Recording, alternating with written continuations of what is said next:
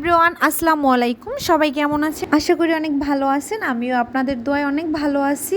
নিয়ে আসছি নতুন একটি ভিডিও। আমার ভিডিওতে যদি কোনো ভুল ত্রুটি হয় আপনারা ক্ষমার দৃষ্টি দেখবেন। বিয়ের গায়ে হলুদের ভিডিও তো আমি আগে দিয়েছি, এখন বিয়ের ভিডিওটা নিয়ে আসলাম। অসুস্থ আর আলিশার কারণে আমার ভিডিওটা মেক করতে একটু লেট হচ্ছে আর পোস্ট করতেও একটু দেরি হয়ে গেছে। তো আমরা বসে আছি, জামাই কখন আসবে, বউর সাথে সবাই ছবি তুলতেছি। রাত বাজে 10টা, এখনো বরের কোনো খোঁজ নাই। বউ তো এখানে একা একা ওয়েট করতেছে। অবশেষে শোনা গেছে যে বরের কথা শুনে আমরা সবাই বাহির হলাম। বের হয়ে দেখতেছি যে রাস্তার ওপাশে দাঁড়াই আছে, এরা ঢুকতেছে না আমাদের দেখে। রাস্তার ওইখানে আমরা দাঁড়াইছিলাম, তো ওইখানে একটা দুর্ঘটনা হওয়া ধরছিল, যার কারণে আমরা সবাই ভিতরে চলে লোক সংখ্যা অনেক ছিলাম। হঠাৎ একটা বাচ্চা গাড়ির নিচে পড়ে যাওয়া ধরছে, যার কারণে আমরা ভিতরে চলে আসছি।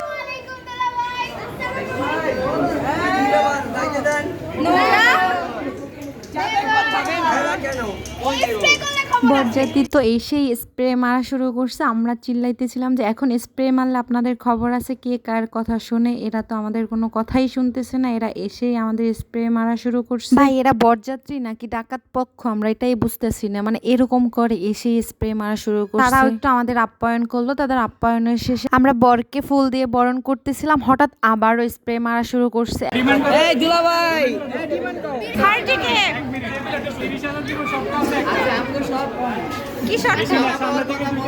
তো আমরা গেটে টাকা ধরছি 30,000 টাকা। তো তারা শর্ত দিতেছে যে 30,000 টাকাই দিবে, কিন্তু মাঝখানে 2টা শূন্যবাদ দিতে হবে। কিন্তু আমরা এই শর্ততে মানি না, কারণ 30,000 টাকা দিলে আবার কেন 2টা শূন্যবাদ দিতে হবে। জামাই পক্ষ অনেক কিপটা, বুঝতে পারছি।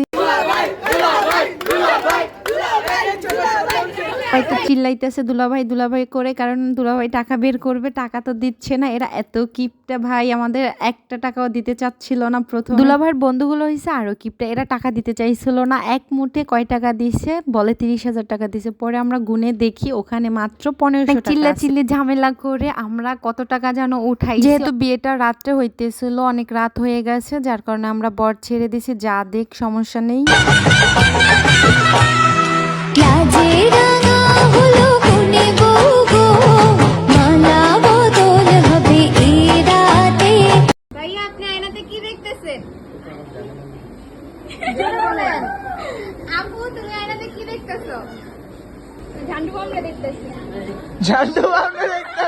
আমরা অনেক দুষ্টুমি করছি নিচে বসে। তারপরে তো এখন খাবার খেতে হবে, আমার অনেক ক্ষুধা লেগে গেছে। পরে বললাম যে চল উপরে যাই খাবারটা খেয়ে আসি। পরে আমরা খাবার টেবিলে বসে এদিকে দেখতে পেলাম যে আমার ভাই প্লেট পুষতেছে। তো পুষতেছে আর কি ভাবতেছে, আমার মনে হয় ওর বিয়ে দেখে ওর বিয়ের কথাও ভাবতেছে। যাক ভাই আমার কষ্ট পাইস না, তোর জন্য মেয়ে দেখে আমরা বিয়ে দিবনি। এদিকে আমরা খেতে বসে গেছি, অন্যদিকে দেখি বর আর বউ খেতে বসছে। আমার বোনের ছেলেকে ফোনটা দিয়ে বললাম যে একটু ভিডিও করে আয়, ও তো চান্স পাইতেছিল না ভিডিও করার। পরে আর ভিডিও করতে পারিনি। এদিকে খাবার দাবার শেষ করে এখন বর বউকে বিদায় দেব। তখন রাত 12টা বাজে মনে হয়। বিদায় বেলা আর কি বলবো, সবাই কান্নাকাটি করতেছে, আর বিদায় তো দিতে হবে বর বউকে।